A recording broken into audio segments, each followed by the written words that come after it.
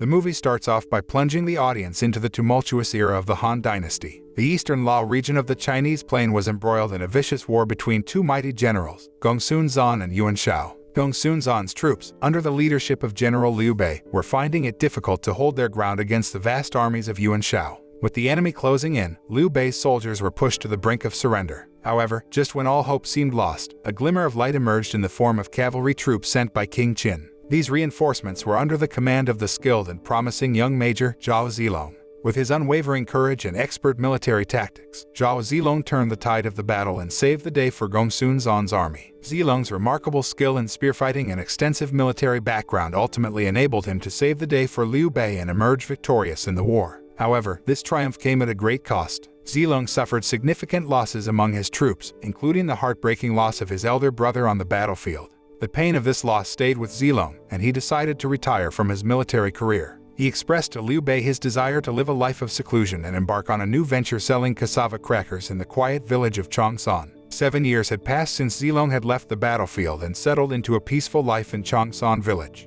One day, a young woman named Xiao Fan arrived at Zilong's house, seeking to purchase his famous cassava crackers. However, as she entered the house, she found herself navigating through a maze of traps that Zilong had set up around his home. Despite her nimble movements, Xiao Fan fell into one of the traps, leaving her dangling from the ceiling. Zilong appeared soon after, greeting the surprised Xiao Fan. He explained that he had stopped making cassava chips due to the scarce supply of cassava in the village. He then released the trapped girl, who was left amazed by the intricate traps in Zilong's home. As Xiao Fan revealed herself to be a member of Gongsun Zan's army, Zilong was filled with nostalgia for the time he had spent leading the White Horse Cavalry. However, his melancholy was deepened when Xiao Fan told him that only 6 members of his once formidable army remained. Zilong confided in Xiao Fan, explaining that his decision to retire and retreat from the world of war was due to a promise he had made to his brother, who had entrusted him with the care of his son, Liang.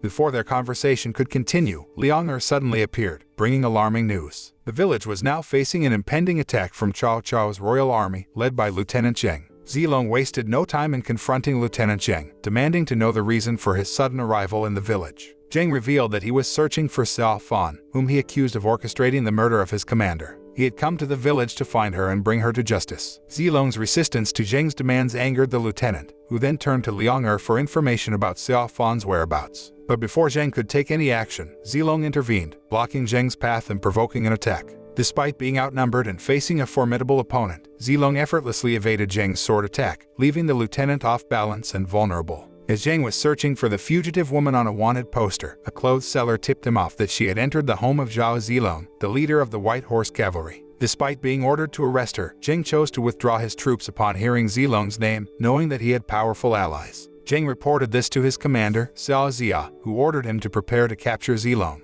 Meanwhile, Zilong and the woman, Xiao Fan, realized they were no longer safe in Changsan village and fled with Liang through the bamboo forest. However, their escape was cut short when Liang was struck by an arrow fired by Xiao Zia's army. As Zilong mourned the death of Liang, Xiao Zia appeared and challenged him to a duel. Intrigued by rumors of Zilong's unbeatable spear fighting skills, Xiao Zia was eager to test himself against the legendary warrior. Zilong, consumed with rage over Liang's death, immediately seized his spear and launched a ferocious attack against Xiao Zia. His movements were lightning fast as he unleashed a barrage of strikes in an attempt to overwhelm his opponent. But despite Zilong's skill, Xiao Zia had anticipated his every move, expertly countering each attack and ultimately shattering Zilong's spear. As Zilong found himself cornered, Xiao Zia made the mistake of underestimating his opponent, opting to drop him into an abyss rather than killing him outright. But Xiao Zia's victory was short-lived. Soon after, he was confronted by Zheng and his soldiers, who had successfully captured Xiao Fan. The next day, Changsan village lay in ruins, burned to the ground.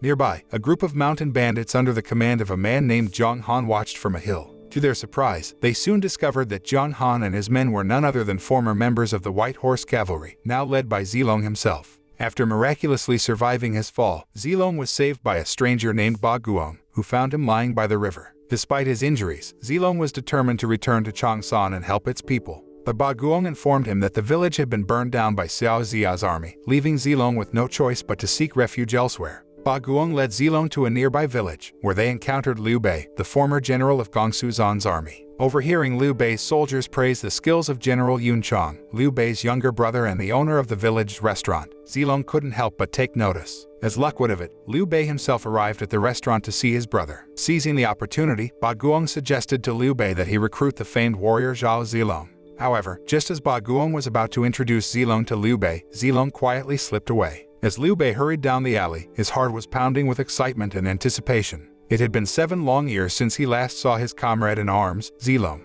Finally, he caught sight of Zilong's figure in the distance and sprinted towards him. They embraced each other tightly, their memories of the war flooding back. In the aftermath of their victory, Liu Bei and Zilong stood amidst the fallen soldiers, surveying the devastating scene. It was then that Zilong spoke the bitter truth: the war was meaningless. General Gongsun Zan had sent their reinforcements to other regions to seize the enemy's food, leaving them desperately in need of more soldiers. Liu Bei couldn't help but feel a pang of regret for the lives lost in that senseless war. He knew that he couldn't change the past, but he could change the future. So he made Zilong an offer to come and stay in his village and fight alongside him. Zilong, who was homeless and starving, accepted without hesitation. As they finished their dinner, Liu Bei led Zilong to his modest workplace where he crafted straw items for a living. There, Liu Bei presented Zilong with a precious gift, a silver spearhead, as a symbol of their shared history as soldiers and a gesture that conveyed Liu Bei's desire for Zilong to return to his old ways. It wasn't long before their peace was disrupted by the arrival of General Yun Chong and his entourage, led by Bei Wong. They challenged Zilong to a duel, claiming to want to witness his legendary spear technique. Zilong accepted the challenge, and soon they were engaged in a fierce battle. As they fought, memories of their past battles came flooding back, reminding them of the times when they fought side by side against the enemy. On the other side of the conflict, Commander Xiao Zia desperately sought Prime Minister Lao's support to launch an attack on the Qinzhou territory, which was under the protection of Liu Bei. Despite his pleading, Prime Minister Lao refused to grant his request for 5,000 troops, deeming it too reckless. However, the Prime Minister suggested a more sinister plan to Xiao Zia: the assassination of Liu Bei. Prime Minister Lao believed that if Liu Bei was eliminated, taking over the Qinzhou region would be much easier. After meeting with Xiao Zia, Prime Minister Lao summoned Zhang Han and took him to see Xiao Fan, who was now imprisoned and injured. He then tasked Zhang Han with the assassination of Liu Bei. In return, the Prime Minister promised to release Xiao Fan, a member of the White Horse Cavalry. Though hesitant at first, Zhang Han ultimately accepted the mission, and the fate of the Qinzhou region hung in the balance. 1 year had passed since Zhang Han, with meticulous planning, had sent his man Gao Miao to assassinate Liu Bei. As the sun set, Gao Miao mercilessly killed several guards and set fire to Liu Bei's residence, closing in on his target. In a twist of fate, just as Gao Miao was about to strike, Zilong suddenly appeared, ready to defend Liu Bei at all costs. The two engaged in a fierce battle, but ultimately Zilong emerged victorious. Despite his triumph, Zilong begged Liu Bei to spare Gao Miao, revealing that he was once an esteemed member of Liu Bei's army. Liu Bei, moved by Zilong's plea, showed mercy and forgave Gao Miao. After the incident, Gao Miao led Zilong to the forest, where they met with Zhang Han and other former members of the White Horse Cavalry. Zhang Han revealed a box containing Xiao Fan's head and sorrowfully explained that Prime Minister Lao had executed Xiao Fan due to his failure to assassinate Liu Bei. Zilong was devastated to learn that one of his most trusted allies had lost his life in such a brutal way. 4 years had passed and General Sun, leader of Cao Cao's army, was gravely ill. Seizing the opportunity, Prime Minister Lao approached Xiao Zia with an offer: 5,000 troops to take control of the Jingzhou region, currently held by Liu Bei. Meanwhile, in the wilderness of Jinzhou, Liu Bei and Zilong led their people towards Danyang City after their own home was seized by Cao Cao's army. Despite the hardships of the journey, Liu Bei's spirits were lifted by the birth of his son.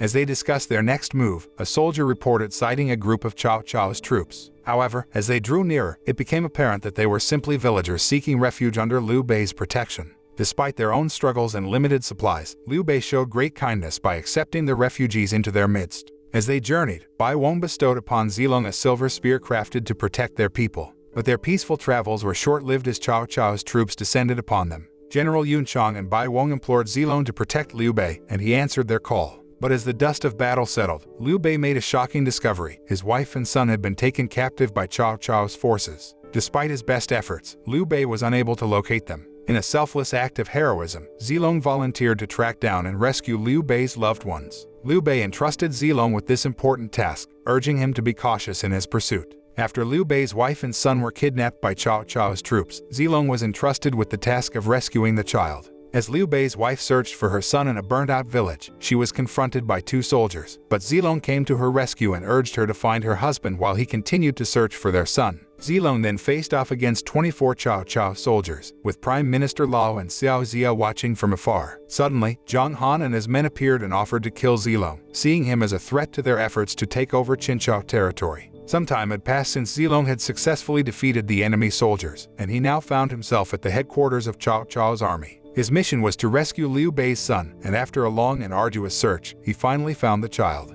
However, his victory was short-lived as he was suddenly confronted by Zhang Han and his men who had come to arrest him. Zhang Han wasted no time in challenging Zilong to a fight, hoping to defeat him and claim the rich reward promised by Prime Minister Lao. Zilong, despite having to carry Liu Bei's son, accepted the challenge and engaged in a fierce battle. As the fight progressed, Zilong's strength began to wane, and he struggled to keep up with the ferocity of Zhang Han and his men. It was then that Zhang Han made a shocking offer to Zilong to work with him kill Liu Bei. Despite being outnumbered and exhausted, Zilong refused to back down and stood up to face Zhang Han once more. Using his cunning and strategic mind, Zilong was able to outsmart Zhang Han and emerge victorious. The defeated Zhang Han came to a realization that Zilong still possessed the qualities of a true leader and submitted to him, pledging his allegiance once again. The following day, Zilong, accompanied by Zhang Han and his men, journeyed to meet with Liu Bei. However, their mission was interrupted when they stumbled upon Gao Miao, who was being held captive in stocks. Suddenly, an arrow pierced Gao Miao's body, and a large force of Cao Cao's troops, led by Commander Xiao Zia, emerged from the shadows. With no time to lose, Zilong and his allies immediately launched a fierce attack against the enemy soldiers. After the intense battle with Cao Cao's troops, Zilong was determined to seek revenge against Commander Xiao Zia. The two warriors engaged in a brutal rematch, and despite putting up a fierce fight, Zilong was eventually knocked to the ground by Xiao Zia's powerful attack. But even in the face of defeat, Zilong refused to give up. He remembered the words of Liang who had urged him to persevere and never surrender. With the spirits of the fallen White Horse cavalrymen giving him strength, Zilong rose up to face Xiao Zia once more. Xiao Zia, determined to defeat Zilong, unleashed his true power and revealed the black aura on his body. His lightning-fast movements and devastating attacks proved to be a formidable challenge for Zilong. But with his unwavering determination and the support of the fallen warriors, Zilong was able to overcome Xiao Zia's attacks and ultimately defeat him with a single, decisive slash. As the battle came to an end, Zilong emerged victorious, having once again proven himself as a true leader and warrior. Tragically, despite their valiant efforts, Zhang Han and his men perished in the fight against Cao Cao's soldiers, leaving only Zilong and Liu Bei's son as survivors. Despite the heavy loss, Zilong continued his journey with the baby in his arms, determined to complete his mission. After a long and arduous journey, Zilong finally arrived at his destination, where he was met with the joyful sight of Liu Bei and his wife. The couple looked relieved and grateful to see their son safely return to them, thanks to the heroic efforts of Zilong. The moral lesson that we can learn from this movie is, no matter how much one tries to escape their past, it will eventually catch up to them. It's better to confront and resolve issues than to run away from them.